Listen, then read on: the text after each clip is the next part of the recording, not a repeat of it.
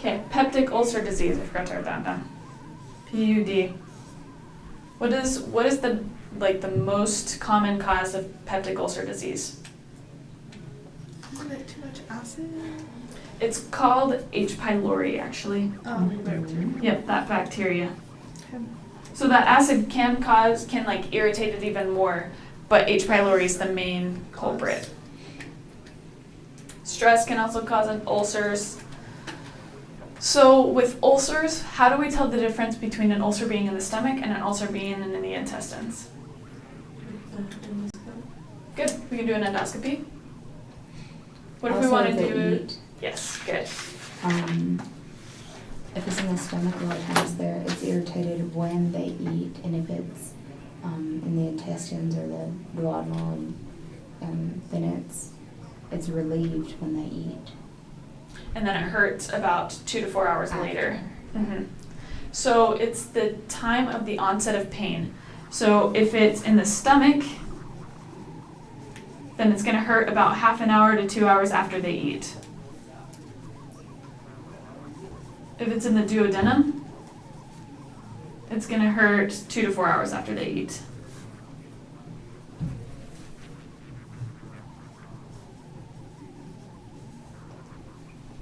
So this is kind of an easy way if we suspect an ulcer, we can ask them, well, when does it hurt? When is the onset of pain? Doing your PQRST, and we can find out where we suspect the ulcer to be.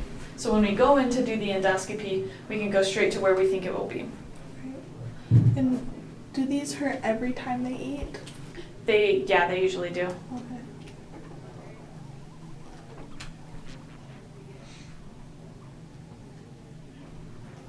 So what are we going to do for these patients? What can we give them? Like, what are those 3 types of medications we could give them?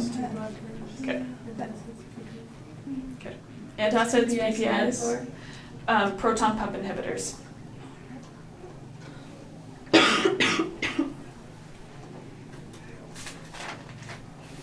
We're going to want to treat the cause of it. So if it's H. pylori, then we want to give them an antibiotic, get rid of that H. pylori, teach them stress management, kind of all of those things too.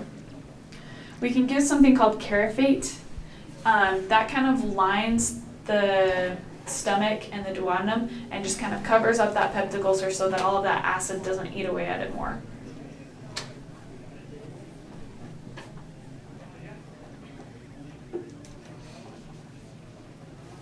In the early stages, we might put them on NG suctioning to kind of get all of those gastric juices out so that it doesn't irritate it more. With NG suctioning, what are we worried about? Potassium. Good, potassium. We're also going to probably put them on TPN. So.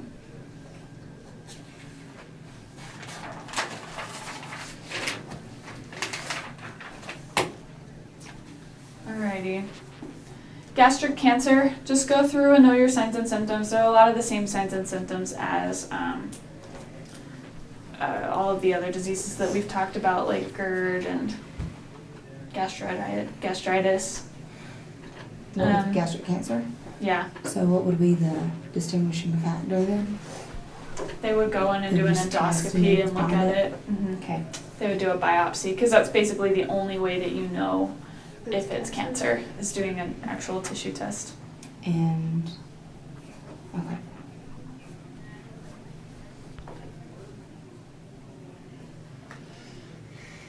All right, so let's talk a little bit about dumping syndrome. With dumping syndrome, that's like your body just, usually they've had a procedure like a Nissan fundoplication, and their stomach just kind of freaks out afterwards and it doesn't work right. So all of the food gets down to the stomach fine, but then the stomach just releases it super fast into the intestines and it just runs through really fast. So they usually start pooping about 15 minutes after they eat. Is this IBS? No, this is different. Mm-hmm. With dumping syndrome, I had a friend who had a patient with dumping syndrome, and he said that she was like, I need to go to the bathroom like 30 minutes after she ate. he got her up and she was pooping on the floor, just pretty much just chewed up food. That's all that it was. So, Gross. yeah, it's kind of gross. That is so gross. So what are we going to see with these patients who have constant dumping syndrome? They're not digesting any of their food. Nothing. Malnutrition. Good. They might have malnutrition. They're going to have weight loss. I think of a lot of the signs and symptoms of hypoglycemia because if they're not digesting anything, they're not getting any sugar. And so they're going to have weakness, dizziness. They're going to be sweaty, tachycardic. It doesn't necessarily mean their sugar is low, but that's just how I think of it. That's the rationale that I think of. Okay.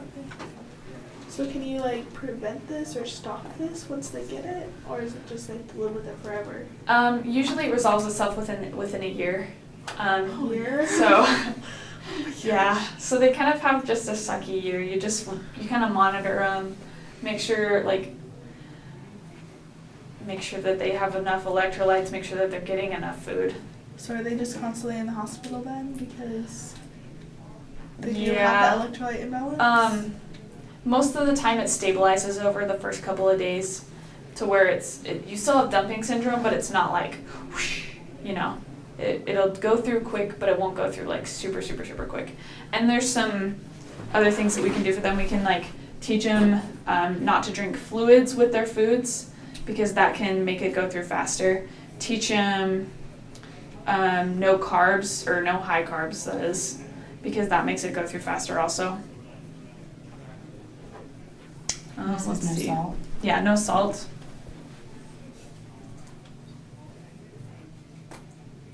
Mainly the carbs and the fluids are what we teach them to kind of avoid when they're eating. And what causes this to happen? Stomach surgery. Stomach surgery? Mm-hmm. Never want that now. Yeah.